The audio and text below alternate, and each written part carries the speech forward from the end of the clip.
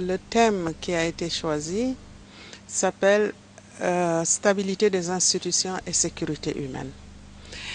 Ce thème a fait l'objet d'une recherche des causes des conflits chez nous. Et nous avons remarqué que l'une des causes, en tout cas, c'est que nos institutions sont instables.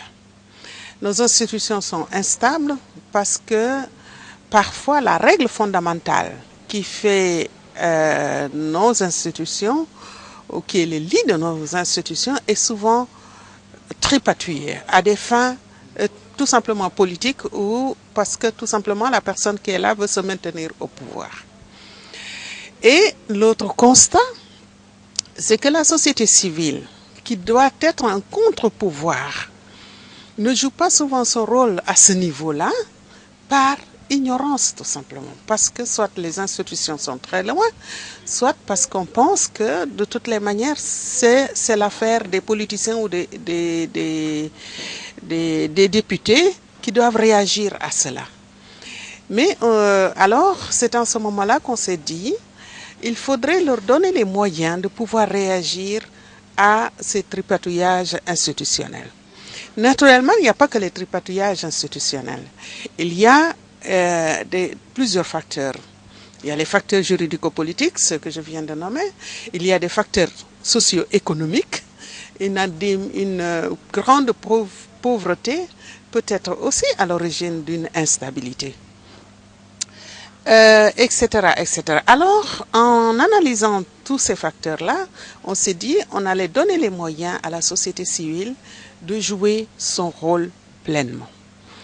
Et c'est une des raisons pour lesquelles nous sommes là. La stabilité des institutions, ça veut dire un état de droit fort.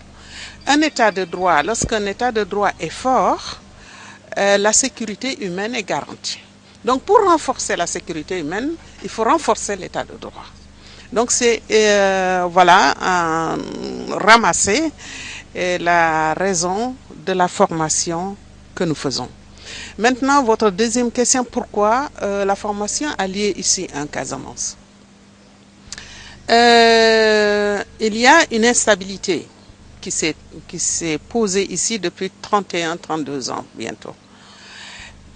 Cette instabilité à cause de la crise fait que, par exemple, l'État est absent à nos frontières. C'est ce qui se pose ici au niveau de la gestion des ressources. Il y a également des villages qui ont complètement disparu de la carte du Sénégal. Et, en gros, c'est à cause de la crise que nous avons choisi la Casamance pour y dérouler cet atelier et donner aux organisations de la société civile renforcer leurs capacités pour qu'elles puissent prendre en charge certaines de ces questions. Mais le programme est un programme sous-régional. C'est-à-dire qu'après la Casamance, je serai du 10 au 14 décembre à Abidjan. À Abidjan, c'est un pays qui sort d'une crise, mais il y a, par exemple, le foncier qui peut faire exploser la Côte d'Ivoire si on ne travaille pas là-dessus. Après la Côte d'Ivoire, nous serons en Guinée, à Guinée-Conakry, où se pose également, surtout pour ce qui concerne les mines, un problème crucial. Voilà, en gros, donc ce sont les pays tests, disons, et nous allons continuer les formations dans les années à venir dans les autres pays. Alors, ce que nous faisons pour les formations, c'est que en invitant aujourd'hui, par exemple, le Sénégal et la Guinée-Bissau, c'est d'arriver à mettre sur pied un réseau qui va concerner les deux pays. Il y a déjà les autorités qui gèrent la forêt qui ont déjà demandé à avoir un travail accru entre la Guinée-Bissau et le Sénégal par le biais de cette région sud. Donc, avec ce travail entre les agents, il faut aussi que la société civile soit là. Je dois ajouter une chose. La sécurité humaine, nous avons développé ce module-là à partir du cadre de prévention de conflits de la CEDEAO. Donc, qui définit 14 chaînes de valeurs qui renforcent l'état de droit et renforcent la sécurité. Et donc, dans ce cadre de prévention, la CEDEAO donne mandat à la société civile dans ces 14 chaînes-là. Et donc, à partir de ce moment-là, la société civile doit avoir une structure, donc, mais comme nous travaillons en palier, parce qu'on ne peut pas prendre tout le monde en même temps. Donc, on va arriver à la fin des formations à avoir un réseau sous-régional qui va accompagner ou travailler ensemble avec les autorités. Tout simplement parce que c'est un constat qu'on a eu à faire à travers des recherches que nous avons menées avec l'aide d'universitaires. Donc c'est une défaillance qu'on a constatée. Donc c'est pourquoi à partir des recherches qu'on a menées sur l'instabilité institutionnelle et la sécurité humaine, on a jugé nécessaire de transformer les résultats de ces recherches-là en module de formation.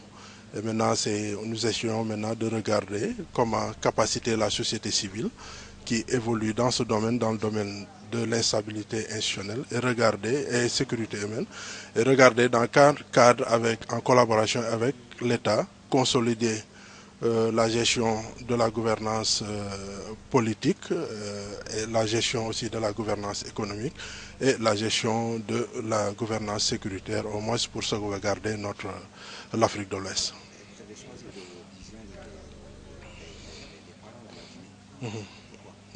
Tout simplement parce que si on regarde l'Afrique de l'Ouest, en réalité ce sont les zones sensibles, c'est-à-dire que c'est la Guinée-Bissau, le Sénégal, par la Casamance.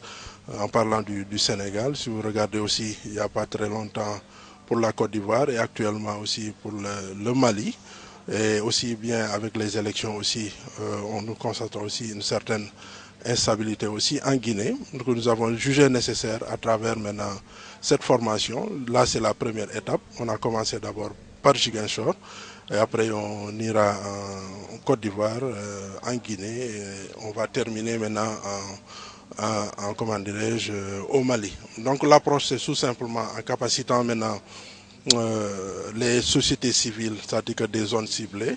C'est en venant là-bas aussi, c'est de regarder maintenant quels sont les problèmes auxquels ces organisations sont confrontées. Donc nous organisons aussi ce qu'on appelle une journée de plaidoyer. Nous invitons les autorités en charge de ces questions-là de venir maintenant en collaboration avec la société civile, regarder maintenant quels sont les axes de collaboration qu'on pourrait développer, au moins pour trouver des solutions à ces problèmes-là.